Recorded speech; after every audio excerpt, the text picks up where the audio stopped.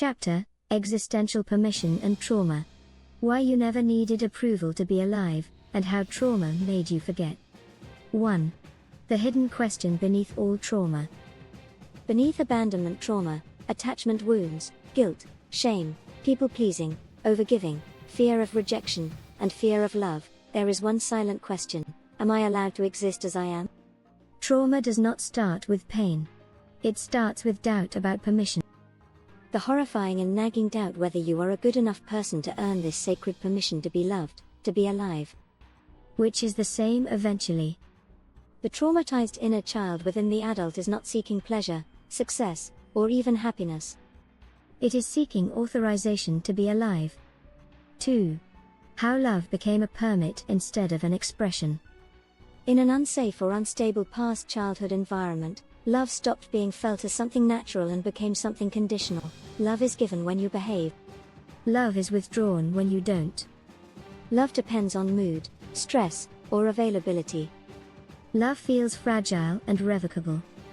The child draws a fatal conclusion: love permits me to exist. Love equals life. Life needs permission. Permission needs to be earned. Without permission, I die. From that moment on, belonging becomes a fight for survival. Attachment becomes dependency. Approval becomes oxygen. Rejection becomes existential threat. Being a disappointment becomes the dagger through the heart. This is why love becomes both the greatest desire and the greatest fear. 3. The paradox: craving what you fear most. Traumatized inner children crave love because love once felt like life itself.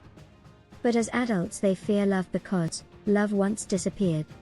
Love once hurt. Love once betrayed. Love once came with conditions. So the nervous system learns, I need love to live, but love is dangerous. This creates the core paradox: seeking validation, while sabotaging receiving. Longing for connection, while clinging to protective strategy. 4. The core reset correction: order matters. Trauma reverses the natural order of existence. The traumatized logic says, I am loved, therefore I may exist. Reset restores the original truth: I exist, therefore I am allowed, therefore love may come and go. Existence was never a reward. Existence was never earned. Existence was never conditional. If it were, you would not be here. 5. The sentence that collapses the worthiness loop. This sentence often lands deeply in our work.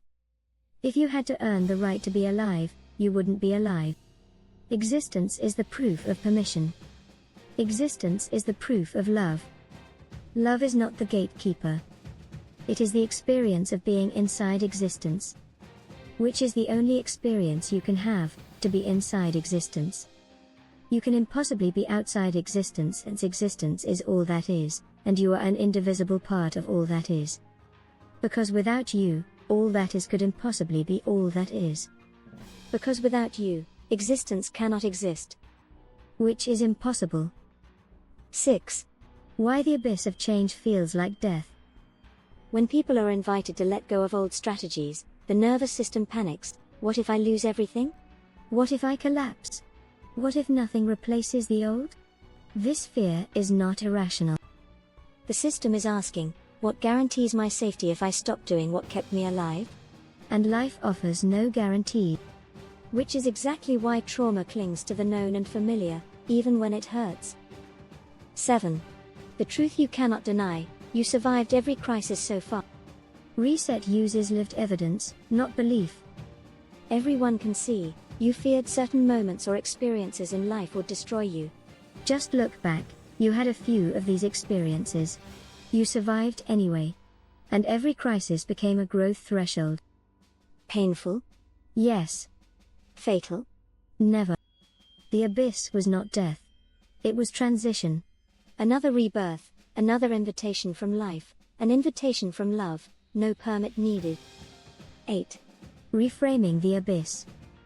This sentence reframes everything. The abyss is not where you fall, it is where the old ground ends. Nothing pulls you down. You simply step beyond what no longer exists. Fear comes from expecting the new ground to resemble the old one. It never does. Nor should you want it to be.